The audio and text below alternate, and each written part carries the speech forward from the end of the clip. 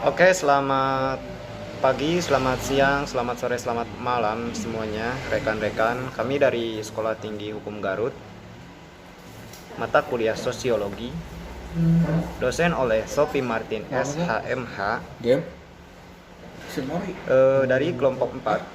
Kami akan mempresentasikan materi tentang lembaga kemasyarakatan. Dan untuk pemateri yang pertama, saya persilahkan kepada Muhammad Bagja. Silahkan Muhammad. Lembaga kemasyarakatan, lembaga sosial. Norma-norma mengalami proses. 1. Institutionalisation, proses perlembagaan, yakni suatu proses yang dilewati oleh suatu norma kemasyarakatan yang baru untuk menjadi bagian dari salah satu lembaga kemasyarakatan. 2. Norma-norma yang internalisasi adalah suatu taraf perkembangan di mana para anggota masyarakat Denag sendirinya ingin berperilaku sejalan dengan perilaku yang memang sebenarnya memenuhi kebutuhan masyarakat. Kaidah pribadi mencakup 2. Norma kepercayaan, norma kebiasaan. Kaidah antar pribadi mencakup 1. Norma kesopanan, 2. Norma hukum. Dan untuk pemateri yang kedua, saya persilahkan kepada Raihana. Oke, Raihana, silahkan. Pengertian sistem pengendalian sosial atau social control.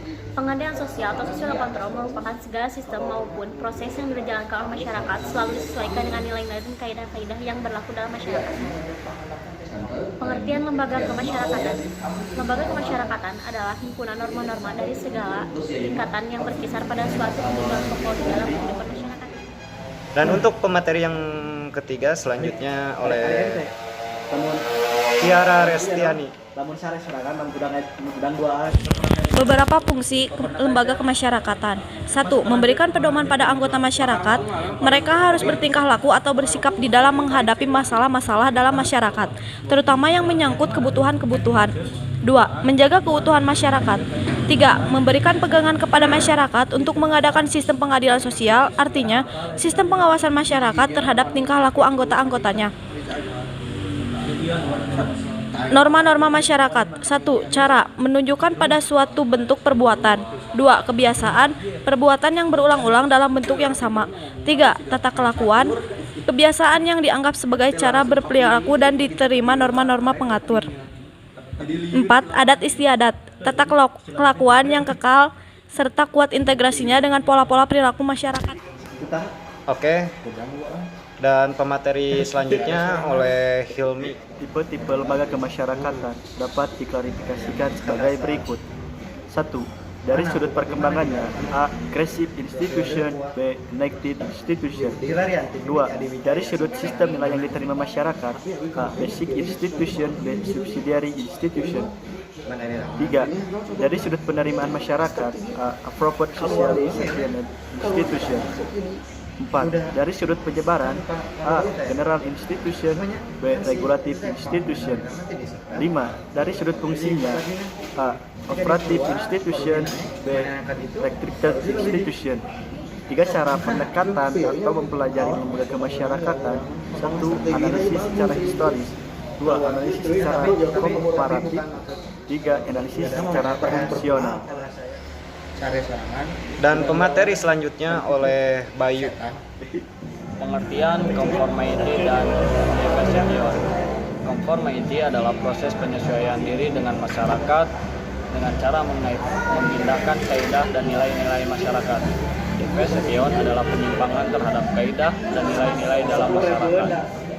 Pengendalian sosial bersifat yang pertama preventif atau positif, yang kedua represif atau negatif. Kewujudan pengendalian sosial atau social control, pemindaan, kompensasi, terapi, konsiliasi. Di dalam setiap masyarakat diselenggarakannya pengendalian sosial apabila perilaku manusia diatur oleh hukum tertulis, maka diselenggarakan formal social control. Yang kedua, diatur oleh yang bukan hukum tertulis, maka diselenggarakan dengan informal social control. Dan pemateri selanjutnya oleh WIPA. Pengertian lembaga kemasyarakatan menurut sosiologi. Menurut Robert McEver dan Charles Peck, lembaga kemasyarakatan sebagai tata cara atau prosedur yang telah diciptakan untuk mengatur hubungan antar manusia yang berkelompok dalam suatu kelompok kemasyarakatan yang dinamakan asosiasi. Menurut Lippold von Weiss dan Howard Becker, melihat lembaga dari sudut fungsinya diartikannya sebagai suatu jaringan proses-proses hubungan antar manusia dan antar kelompok yang berfungsi untuk memelihara hubungan-hubungan tersebut, serta pola-pola sesuai dengan kepentingan-kepentingan manusia dan kelompoknya. Menurut Summer, melihat lembaga kemasyarakatan dari sudut kebudayaan diartikannya sebagai perbuatan, cita-cita, sikap, perlengkapan kebudayaan bersifat kekal serta bertujuan untuk memenuhi kebutuhan-kebutuhan masyarakat.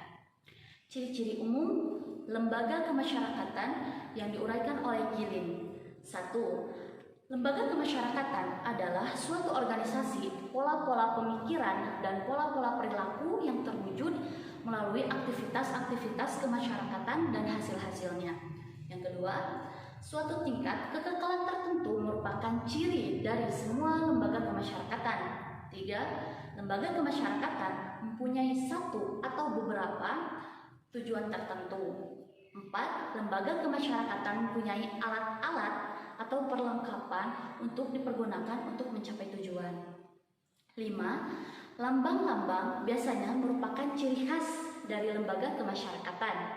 6. Suatu lembaga kemasyarakatan mempunyai tradisi tertulis maupun tidak tertulis yang merumuskan tujuan, tata tertib yang berlaku, dan lain-lain.